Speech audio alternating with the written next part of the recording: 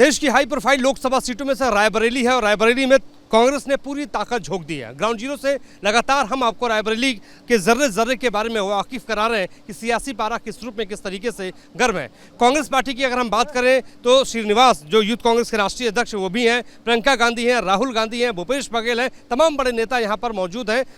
अभी इस वक्त हम एक छोटे से गाँव में यहाँ पहुँचे हैं तो श्रीनिवास भी यहाँ पे पहुँचे हुए हैं। हम यहाँ पे ग्राउंड जीरो समझ रहे थे। श्रीनिवास जी, राहुल गांधी को लेकर आपने पूरी कमर कस ली है, रणनीति क्या है रायबरेली के रण में? कोई रणनीति नहीं है। या राहुल गांधी जी का जो गांधी परिवार का रिश्ता है आजकल का रिश्ता नहीं है, पिछले 103 साल से है। जो पहली बार यहाँ गोली चली थी किसानों के ऊपर तब जवाहरलाल नेहरू जी आए थे, तब से इन लोगों का एक अलग रिश्ता है। या काफ़ी सोनिया जी से लेके इंदिरा जी, राजू जी, काफ़ी काम इन लोग ने यहाँ किया है। एक पारिवारिक रिश्ता है। भले कोई आए कोई जाए कुछ भी बोले, उससे कुछ होने वाला नहीं है। यहाँ कांग्रेस पार्टी और गठबंधन भी चुनाव साथ में लड़ रहे हैं, बट जनता सीधा राहुल जी के दिल में, गांधी परिवार के दिल में है। वो लोग 20 तारीख को पंजा के ऊपर बटन ऐसे दबाएगा, मीन्स ऐसे दबाएगा बटन ही टूट जाएगा। इतने लोग निकल के घर से निकल के जाके वोट डालने का काम कह रहे हैं कि मंगलसूत्र आप लोग बेच देंगे, छीन लेंगे लोगों का। नरेंद्र मोदी जी ये भी बोला था 2 बैच है तो 1 बैच ले लेंगे कांग्रेस वाले। नरेंद्र मोदी जी गारंटी का बात किया वो भी भूल गया है।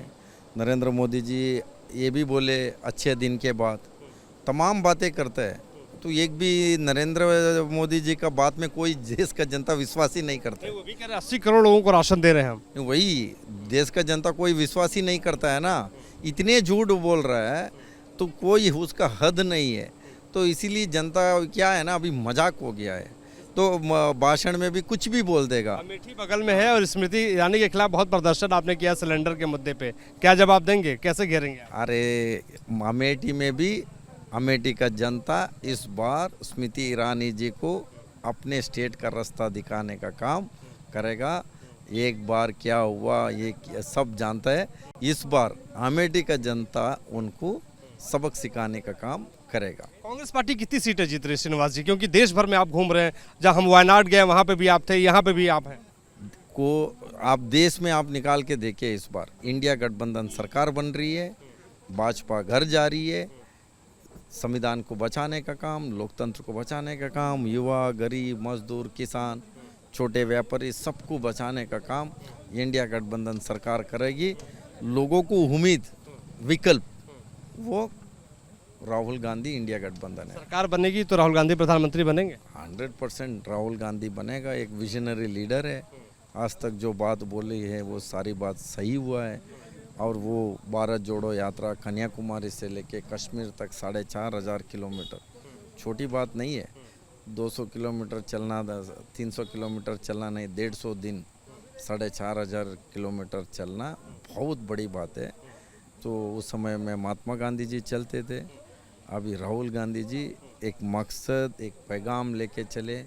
बेरोज़गारी, महंगाई, करप्शन, नफ़रत, हिंसा, तमाम इशू को लेके संविधान को बचाने के लिए, लोकतंत्र बचाने के लिए एक नेता लगातार लड़ाई लड़ रहा है, वो राहुल गांधी जी है। देश का जनता जान गई। हमने देखा युवाओं के बीच में आप रहे क्योंकि युवा कांग्रेस के राष्ट्रीय आप अध्यक्ष हैं। इस बार बड़े मुद्दे क्या हैं? बेरोजगारी, महंगाई एक बड़ा मुद्दा है, आप मानते हैं? देखिए, आप कांग्रेस पार्टी का ऐतिहासिक क्रांतिकारी मैनिफेस्टो एक बार कोई भी देखेगा इस देश का युवा, वो कांग्रेस के लिए वोट देने के लिए प्रभावित होगा। क्यों? उसमें राहुल जी ने जो मैनिफेस्टो जो कांग्रेस पार्टी घर पे बैठ के नहीं बनाया, जो भारत जोड़ो यात्रा में निकले कन्याकुमारी से, करोड़ों लोग ने मिला, युवा से लेके किसान से लेके, वो लोग ने जो सलाह दिया उसको राहुल गांधी जी जस्ट लिख के छपाया है। वो एक बार कोई भी महिला हो, जो भी हो, महिला के लिए खाते में साल में 1 लाख रुपए का बात हो, महीने में 8,500, जो किस तरीके की महंगाई में जो जूझ रहा था, रसोई में आंसू में हाथ धो रहे थे, और जो युवा किस तरीके से सुसाइड कर रहे हैं, जो डिप्रेशन पे गया, नौकरी नहीं मिला करके, उनको लेके किसानों का MSP वो कर्जा माफ़ हो, छात्रों के लिए जो लोन लेके बाहर गए पढ़ने उसका लोन वे ऑफ करने का बात हो, और 25 लाख हेल्थ इंश्योरेंस के लिए किसी हॉस्पिटल में इलाज करने का बात हो, और 400 रुपये नेशनल वेज, वो मनरेगा वो स्विगी वो जो भी हो, 400 रुपये फिक्स होगा आने वाले दिन में डेली वेज। तो ये सारी चीज़ है। ये बात जो भी लोग देखेगा सुनेगा तो वो निश्चित तौर पे इंडिया गठबंधन को वोट देने का मैनिफेस्टो आपको याद है जिस तरीके से आप बोल रहे हैं, लेकिन अब सवाल ये है, युवा हैं आप, युवाओं को रिझाने के लिए कैसे आप काम कर रहे हैं, कैसे आकर्षित कर रहे हैं आप? देखिए, ये हमने घर घर तक जा रहे हैं, हमारा कुछ ज़्यादा ये नहीं है, गारंटी कार्ड को घर घर तक पहुंचाने का काम कर रहे हैं। वो घर में महिला प्रभावित हो रहा है, किसान प्रभावित हो रहा है, युवा प्रभावित हो रहा है, छोटे व्यापारी हो वो प्रभावित हो रहे हैं। टारगेट क्या है? टारगेट मीन्स देश को बचाना है। नहीं, वो तो ठीक है, हमने पिछले विधानसभा चुनाव में देखा कि आप एक स्ट्रेटजी बना के चलते हैं यूथ कांग्रेस वाले, तो इस बार क्या स्ट्रेटजी बनाए? इस बार हम लोगों का डोर टू डोर सबसे ज़्यादा फोकस, गारंटीज को लोगों को दिमाग में लेके आना, इस बात को पहुंचाना। जो मैनिफेस्टो में है 5 न्याय गारंटी है, वो न्याय गारंटी को लोगों को दिमाग में डालना, उसी पे ज़्यादा फोकस है। तो उसी पे ज़्यादा फोकस है। श्रीनिवास लगातार जो है वो भी पसीना बहा रहे हैं। हम आपको ग्राउंड जीरो से यही बताने की कोशिश कर रहे हैं कि क्या स्ट्रेटजी है कांग्रेस पार्टी की। दरअसल रायबरेली में हम बात करें भारतीय जनता पार्टी की, तो ये तो कांग्रेस जो है अपनी जनसभाओं को संबोधित कर रही है, नुक्कड़ सभाओं को संबोधित कर रही है। भारतीय जनता पार्टी की ओर से चाहे जेपी नड्डा हो, सूबे के मुख्यमंत्री योगी आदित्यनाथ हो, गृहमंत्री अमित शाह हो या तमाम दूसरे बड़े नेता हों, वो लगातार ज़मीन पर उतर कर मेहनत कर रहे हैं, लोगों के बीच पहुंच रहे हैं। लेकिन कांग्रेस के बारे में बात करें तो कांग्रेस लगातार जो है अपने गठबंधन के नेताओं को लेकर जो है यहाँ पे उतरी हुई है। प्रियंका गांधी ने अपनी पूरी फौज उतार दी है। आपको बता दें कि प्रियंका गांधी की 500 की कोर टीम लगातार 20 से ज़्यादा नुक्कड़ सभाओं को जो है संबोधित करती है, अलग अलग हिस्सों में जाती है, मैनिफेस्टो को घर तक पहुँचाती है और मैनिफेस्टो में बाकायदा नीचे एक फॉर्म रखा है, उस फॉर्म को भी भरवाती है, उसमें बाकायदा पूरी डिटेल होती है, अकाउंट नंबर होता है। तो ये एक स्ट्रेटजी के साथ जो है कांग्रेस पार्टी ग्राउंड जीरो पे उतरी हुई है। आपको बता दें कि कल राहुल गांधी ने 4 बड़ी जनसभाओं को संबोधित किया, उसमें सीधे तौर पर उन्होंने मैनिफेस्टो की बात की, उन्होंने जो है युवाओं को आकर्षित करने की पूरी कोशिश की और सीधे तौर पे वो अटैक जो है वो प्रधानमंत्री नरेंद्र मोदी को कर रहे हैं। वो ये कह रहे हैं कि जो 10 साल की विफलताएं रही हैं केंद्र सरकार की, उसने देश की रीढ़ की हड्डी को बदल दिया है। यानी सीधे तौर पर वो ये कह रहे हैं कि उसकी वजह से आर्थिक मोर्चे पे चोट पहुंची है, अर्थव्यवस्था पे जो है चोट तो पहुंची है, विदेश नीति भी जो है कहीं ना कहीं प्रभावित हुई है। तो इन सारी चीज़ों को लेकर कांग्रेस पार्टी की पूरी फौज ग्राउंड जीरो पे उतरी है। ये छोटा सा हिस्सा है गांव का, आपको बता दूं कि इस गांव में जो है एक नुक्कड़ सभा अभी कांग्रेस के एक नेता ने की है।